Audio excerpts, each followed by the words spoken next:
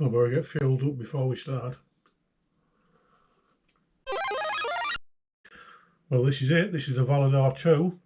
Now, just to be 100% honest, Flyfish have actually sent me this. I haven't paid for this back with my own money, but they haven't seen this video before it's released, and they've had no say in what goes into this video. So instead of doing my usual unboxing and what's in the box, you know, and all the bits and bobs like that, what I thought I'd do is I'd actually compare it with this.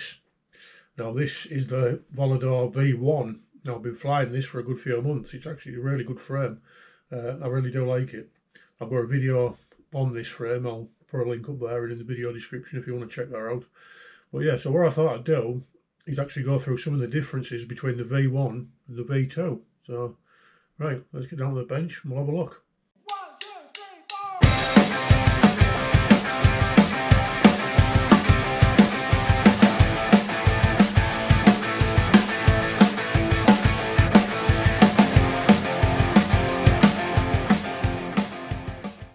Well, there we go. You can see looking at both the frames there, they're very, very similar size. In fact, I think they're actually the same. I'll put the measurements in the bottom corner now just so you can get a look. But I think we should really start with one of the main differences, which is the actual carbon. Now, both arms are still the same. They're both 6mm, but on the newer one, the top, middle and bottom plates are now 2.5mm, whereas on the older one, they're actually 3. So I think that was done for a couple of reasons, really. The main one being weight, because the heavier, the older frame was actually about 20 grams heavier. Again, there I'll put the weights of both frames at the bottom, just so you can get the idea. Alright, yeah, the CNC camera plates on the side. Now, if you look at the camera plates on these, they actually look very similar, but they're actually quite different. You can sort of see on the newer version, there's a hole there. You see, if I put my finger behind, you can see it a little bit better. Now, there's actually some squishy silicone pieces you get in the box that go in there. So depending on whether you're using a 19 or 20mm camera, it's actually a little bit of vibration dampening built into it. Now, I think that was mainly done for the DJI-03 Air unit, you know, because they have built-in gyros in the camera themselves. You can see on my old one, I've actually got some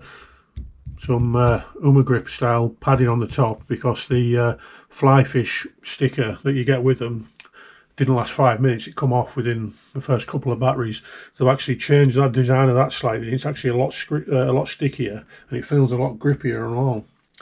Now, the next sort of step, one of the differences, I'll have to put another little video on here. They've actually made what you can only really describe as a keystone that goes in between the arms, sort of behind the Flyfish symbol there. On this one, I'll see if I can find a picture of these arms locked together on the older one. But yeah, the newer one there, you can see there's a bit of like a keystone that goes in the back, and now that's supposed to reduce the vibrations of the arms. And also there, while I've got it upside down, you can see they've got these new sort of washers on the bottom there. The old one didn't have that.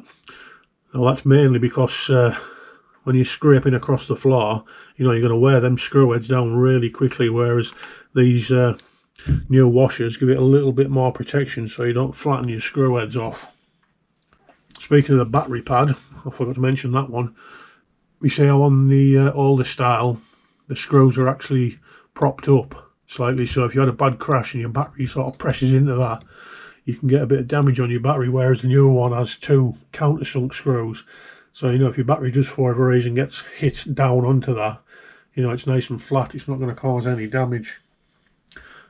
Moving on to the TPU, you can sort of see the older ones are quite a different design. These are more, I don't know, they're more sort of like protection for the end of the arm, which is what you want really. They've still got the sort of skids on the bottom there, but the main impacts are going to be sort of like that. If you look at the older ones, you know, it covered the bottom of the foot entirely, and it's more of a skid panel than out else. The actual thickness on the edge there, I don't know if you can make that out or not, the actual thickness around the arm was only a couple of mil. You can see the difference when putting them together there. There's a lot more material and protection around the newer ones. You get a couple of different options for your antenna mount.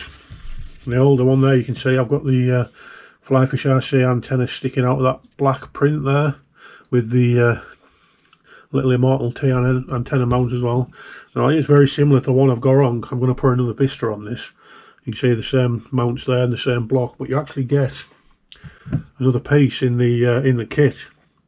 Now you've still got your antenna mount and all that, but it's actually got a movable GPS piece that goes on the bottom. Now I think Flyfish are actually starting to make their own GPS gear as well, so I might have a look at getting that and see what that comes out like. Now on these frames, the XT60 actually is built into the back plate. You can sort of see on that bit there. If you notice on the older version, you can only put it in one way. Now, it's not the end of the world, don't get me wrong, but there is times when I've had to twist my battery connector around to line that up. You sort of see on the new one there, the hole that it sits in is actually square, so you can actually put that connector whichever way around you want it, which makes it a little bit easier to get your batteries in how you like them. Well, there you go. That was just a quick overview of some of the changes that they've made. Now, I'm not going to blow smoke up your ass and say this is the best frame that's ever been made, but I do like it. Like I say, I did like the V1, so I haven't flown the V2 yet, obviously, because I haven't got, you know, my bits on it. Flyfish have actually very kindly sent me some motors as well, so I'm going to be making a build out of this and seeing where it goes like. But yeah, it looks promising. The only one downside I would say about it is something I didn't like about the V1 at all, funnily enough. It's the 2.5mm screws on just them back in there. All the rest are 3mm on the front on your standoffs, but your back ones next to your XT60 and underneath are actually 2.5. And I did exactly the same thing on this, building this, as I did when I built that. I rounded the top end of that screw off. Now I didn't put a great deal of pressure on, but I was only using a little Allen key thing, and it just rounded straight off.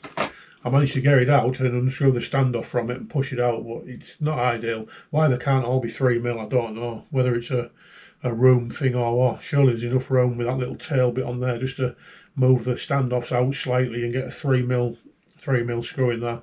But anyway, apart from that little tiny sort of niggle there, I really do like this. I'm looking forward to getting it built and getting it flown, so I'll make a video about that when I do that as well, because, you know, I've got nothing else to do in my life apart from entertaining you lot, so let's get on with it. Anyway, yeah, thanks for watching this video. I'll put links to Flyfish's website and everything down in the video description. If you enjoyed this video, please think about giving it a thumbs up. If there's anything I missed off this review or comparison that you want to know, please let me know in the comments, and we'll see you in the next video. Oh, I almost forgot. Big shout out to my first patron, Loose FPV. Links in my video description to my Patreon if you want to support the channel and maybe prevent my wife from leaving me when she finds out how much I've spent on all this shit. So, thanks for watching.